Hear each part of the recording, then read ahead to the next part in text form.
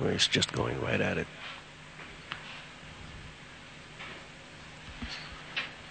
He's got to make a nice shot here. He's got a thin cut in front of him. I don't think it's going to be a difficult one for him. I think he made it look easy. Yeah.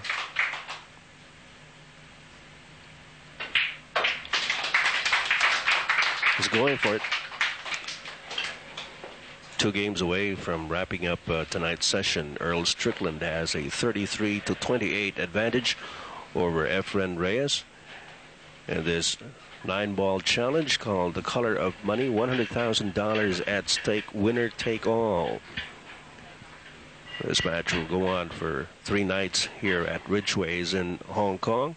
I'm Ed Pixon together with Mark Wilson bringing you the action.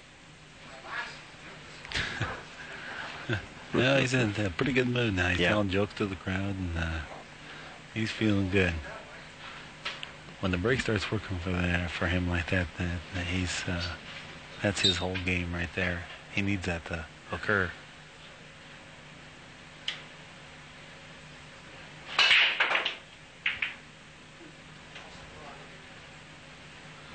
Well, the cue ball got away from him a little bit there. He's mentioning it to the crowd and anyone else that would care to hear. Said, I lost the rock.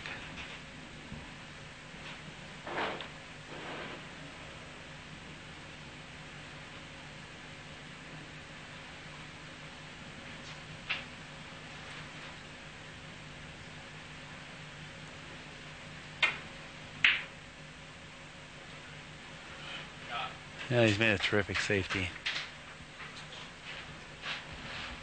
He's made a terrific attempt at the safety. It looks like Efren may be able to hit this one ball anyway.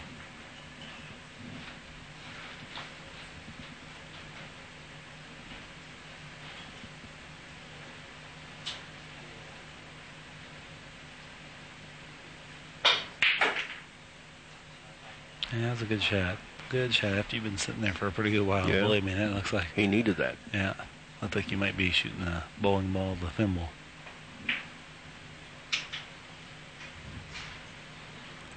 Good shot.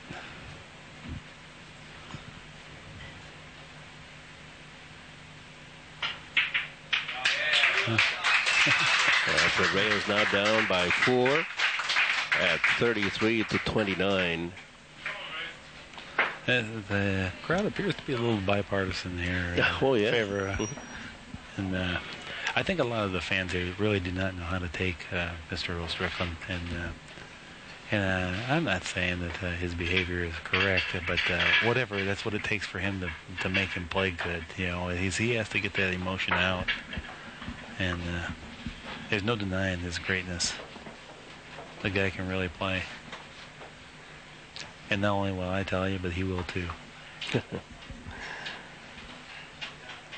Well, he's been knocking those balls in with a lot of authority. But that last game got away from him. Well, the shots that he tried to play it safe, and it was a very difficult safe, and he hit it awfully well. And it came up just a fraction off. I mean, you know, you talk about a lot of games being games of inches. This is a game of millimeters. Correct.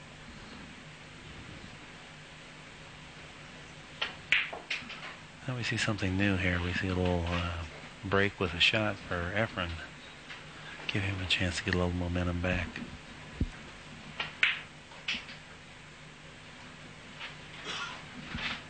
And this will be very routine for him.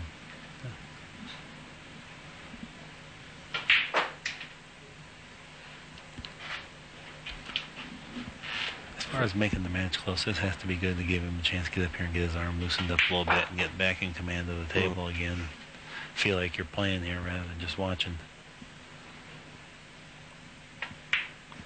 For a moment there, we thought Earl Strickland was up to end the night with just 2 games left for him, but it seems like Efren Reyes has other ideas. Yeah, he gets to have a little say in that.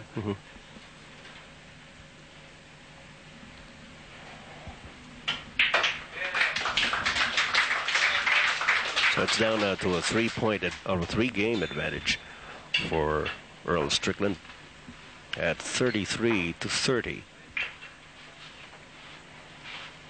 Now, Efren needs only 5 games to wrap it up. Earl needs 2. But of course, Efren is at the table. Got a good break the last time around.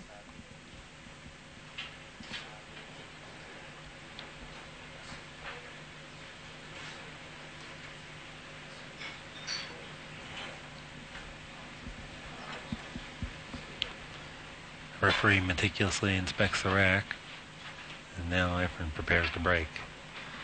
We're ready for game 64. He got a little top spin on the cue ball second consecutive time, and generally that hurts you, but both times he's come up with some type of a shot. We've got 2 of the balls in the opposite corner pockets.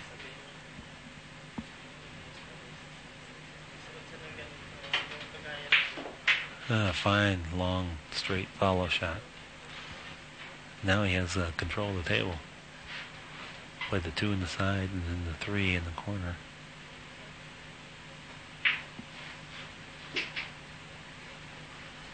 I think we may see 2 consecutive breaker runouts in a row for Efren.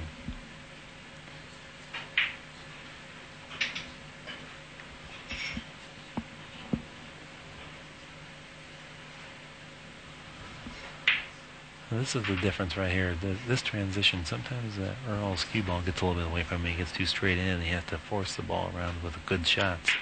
Or Efren is on angle all the time, so the cue ball is naturally traveling in the right direction. And he takes great care. That 4 ball, it seemed very easy. He put some care into that to make sure the cue ball located itself in the proper place. It's not about the shot they're on. It's about achieving the right angle for the 3rd ball down the way is what they're looking at. Masterful execution there by Efren Reyes, and it's a 2-game match.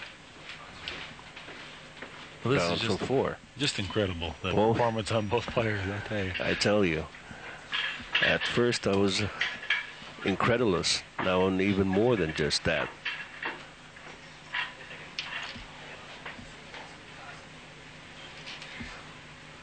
A lot of the people here are up on their feet trying to catch every bit of the action.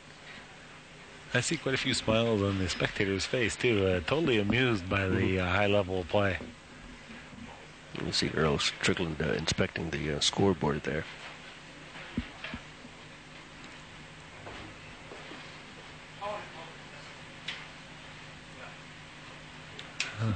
Earl seems to think that the cue ball is not in a satisfactory place.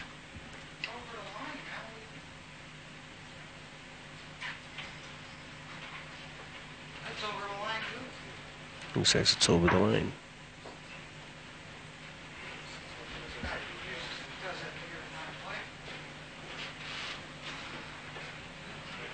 Well, I'll tell you what happens in the rack area, the break area, is that when somebody has break a lot there, he gets off a warm, and you don't like to break from out of the hole because that sets the cue ball hopping. And when the cue ball's bouncing, then it's much easier to get off the table or into a pocket. It's much harder to control. Plus, it diminishes the amount of power that you get into the rack when there's a bounce to the cue ball because you're actually driving the 1 ball downward rather than on a real linear path.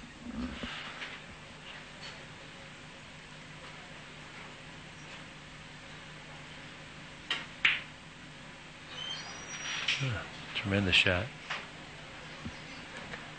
Well, as we said, Efren talks back with his cue stick. He made a tremendous shot, but he had to give up a little bit on position, and now he's going to have to come up with yet another tremendous shot here. I'm sure right now when he's chalking, he's weighing out his options of offense or defense. Looks like he's playing offense.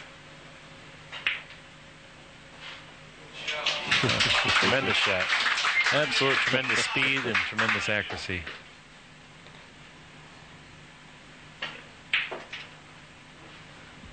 This looks a little reminiscent of the old Efren. Oh, yes.